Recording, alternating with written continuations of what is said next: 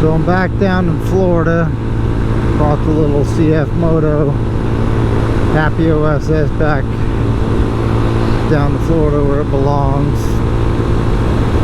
I say that only because it's flat down here. There's no elevation.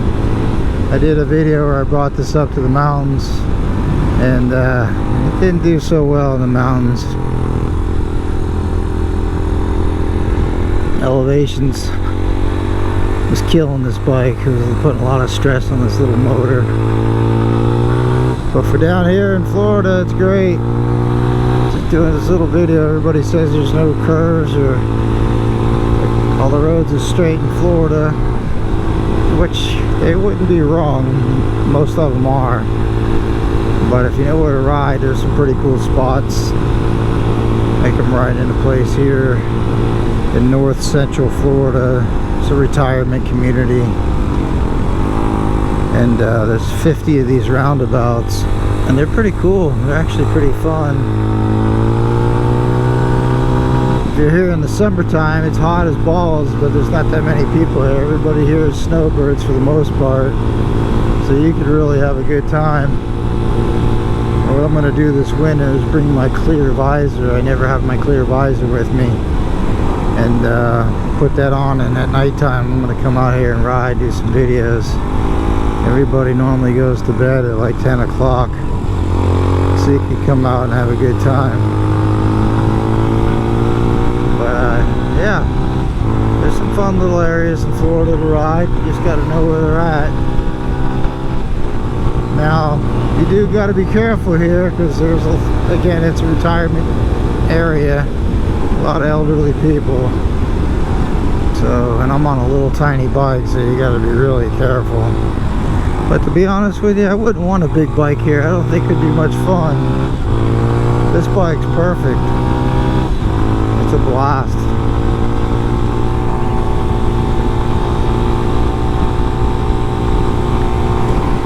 So if you've seen any of my other videos about that new 2025 Yamaha MT-09, and I've been on the fence about which exhaust to get for it, I finally figured it out and get the Leo vents, because it's not as loud as most of the other ones. It's funny, the older you get, the quieter you want your bikes. Like this bike here, for example, this is the first bike I've ever had that I'm not going to put an exhaust on it. Actually, I don't know if you can hear it, but it actually sounds pretty good. It's got a nice little purr to it. It's not bad at all.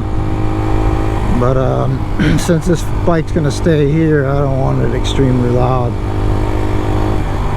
The Yamaha SXR 900 I had, I just sold it, and that thing was so loud. It was too loud. Let me go around this roundabout, maybe I can get away from some of this traffic. That's the cool thing about roundabouts. If you happen to be in a cluster of traffic, you just go around one time and you can get away from them. But yeah, I got a new exhaust. Actually, it's being delivered today. I'll be back at my place up north this weekend, so I'll get that exhaust put on. Again, it's a Leo Vince exhaust. I've never had one of those. I always have Yoshimura mostly. That SXR 900 I had a Hindle on it. I put the Hindle on there because it was all black. It looks really cool, but it was super loud. I mean, it sounded great, but it had a drone inside the helmet. So if you were like on a long stretch somewhere, on a highway, yeah, it would drive you nuts. I can't handle it. I don't want that anymore. But yeah, I'm looking forward to putting that on there, because that bike is a little quiet with that stock exhaust. It's terrible. And I'll tell you something else about that bike. I think most bikes are the same way right now to be compliant with the emissions and whatnot. It's even if you keep the stock pipe on that bike, you still need to send ECU out to have it flashed. The way they program these bikes nowadays, they're just really weak. Like second gear, that MT-09 is terrible. So I'm really looking forward to getting that bike all dialed in. So I'll put the exhaust on this week, this coming week, next week. I'm sending the ECU out. Come on, people, are you kidding me? I'm gonna send the ECU out to David from Cycle Nut. The Cycle Nut. I've had him do 2 of my bikes. He only does Yamahas. He did my first F09 in 2014. I had him do my 2017 XSR 900. And his tune's pretty good, man. He does a more of like a street riding tune. Not so much for the track, high end, mainly for low end. And I've been really happy with his tunes. They're really good. So I'm looking forward to getting all that done. And that bike will be done. Put some nice mirrors on it. Got rid of the fender in the back. Did the rear fender eliminator kit. So just the exhaust and the ECU, and I think it's done. Oh, I'm doing the airbox too. DNA stage 2 airbox for that bike. Speaking of the ECU flashes, I'm going to do this one as well. I'm only going to gain a whole whopping horsepower, but on a bike that's got only 9 horsepower, it's 10%. Should be a little better. So I'm going to do that too. Actually, I'm going to remove that probably tonight out of this bike. Take it with me. I won't be back for a few months. But when I get back, I'm interested to see how this bike performs. The 10% increase. You know, I did a video, actually not really complaining, but sort of, about this bike in the elevation. It wasn't good at all. And now that I'm going to get the ECU flashed and gain a horsepower, I think this bike might be okay if you do that, and then just go up 1 tooth in the front or 2 teeth in the back sprocket, and it might be okay for elevation. But as it stands, now you want to buy this bike, you want to make sure you're going to be in an area where there's no elevation, or very little elevation. Tell you what, I'm in the Sunshine State, and it's been raining. I've been here almost 2 weeks, and it's been raining, and you can see straight ahead. I better boogie on home, because it looks like it's gonna rain again. Yeah, I'm not sure if you guys can hear this exhaust on this bike, but it actually sounds pretty good. I like it. I'm definitely not gonna get an exhaust for this one. They make them, but I'm not getting one. It doesn't need it. Sounds great the way it is.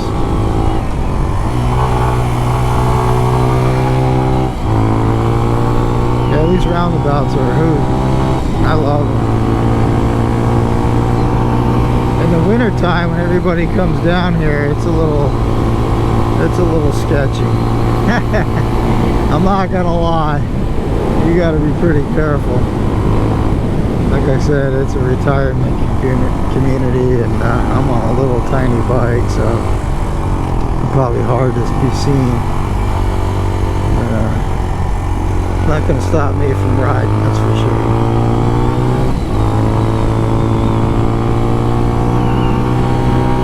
So if you're ever in Florida, you want to go and have some fun in some roundabouts, got to be in central North Florida. This place is called the Villages, and it's pretty fun.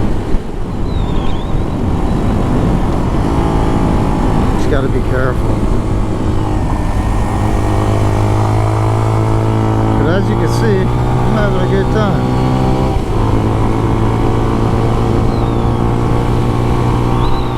Looking forward to bringing my clear shield with me. I'm going to make a note, make sure I don't forget that, because like I said, at nighttime, even in the winter, everybody goes to bed early around here, and most people just get around on golf carts, so there's not half as much traffic at night. I don't think there's any.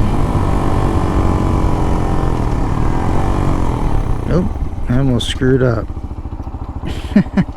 You're not supposed to stop at these. It says right there, yield. But as you can see, people don't freaking know how to drive. Look at this person, just cutting right across, no blinker. Gotta be careful, man. They'll take you out here for sure. Alright, well, I just wanted to do a little video. Brought my bike back down here, and it's gonna stay here. I'm not bringing it back up north. I got that little Benelli. It does so much better in the elevation. I mean, to be fair, that bike is a 155cc. You buy them stock, they're 135, but I put a big bore kit in it. 155 is all they had. So it's still slow, it does 60, but it just gets there a little faster. But like I said, when you do the tune on this bike and you gain that extra horsepower, you might be able to go up a little bit on the gears. And you know, for those of you who live in the elevation, places with elevation, it might be okay. Probably would work pretty well. I mean, the top end on this bike is pretty good. I mean, I've had it up to 67 before. So if you go up a few teeth, come on, go up a few teeth in the back or one in the front, we'll lose a little top end, but first, second, third should be a lot better.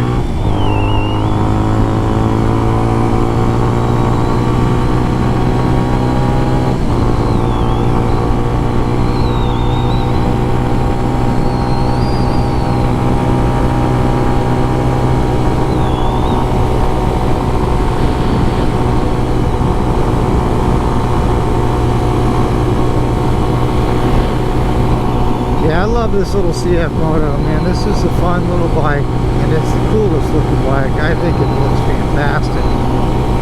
I like it better than the Benellis and the Groms. I think it's the coolest looking little 125 that they have on the market right now. It's a little cafe racer with little clip-on bars. It's just the neatest little bike. Everybody loves it. You got all kinds of people asking me all the time, what the heck is that? That's a really fun bike. I absolutely love it. It's a keeper for sure.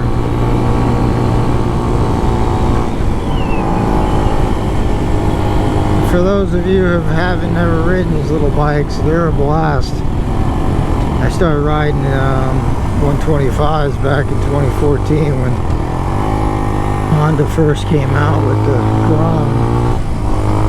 I've had 3 Groms, 2 Benellis, and now this one. And I love it. I tell you, I made a comment on one video where I don't know what the deal is with Yamaha. You know, all these little 125s, they're fun and everything, but they just need a little more. That's why everybody puts big bore kits in them and does all kinds of work. I'm having to reflash this ECU in this bike just to gain a horsepower. But if Yamaha would just get into the small bike game, make like a 190cc, still on these 12-inch wheels, oh man, they would clean up. And then nobody would buy these other bikes ever again. You just buy that bike, maybe put an exhaust on it, maybe not. Change the mirrors and rear fender eliminator kit. Man, that would be a killer bike. I rode with a guy who put a big bore kit on his Honda Grom, he had a 190cc, and I was on my Benelli, and that dude would walk away from me like nothing. It was so cool. It would just fly. His cruising speed was like, I think 70, when mine was like 55, maybe 60. That's pushing it. And then his top speed was like 90, where ours is, you know, this one I can go up to 67, but again, that's pushing it, man. That's really pushing this little bike, this little motor. Anyways, looks like I might make it home before the rain. Alright guys, take care.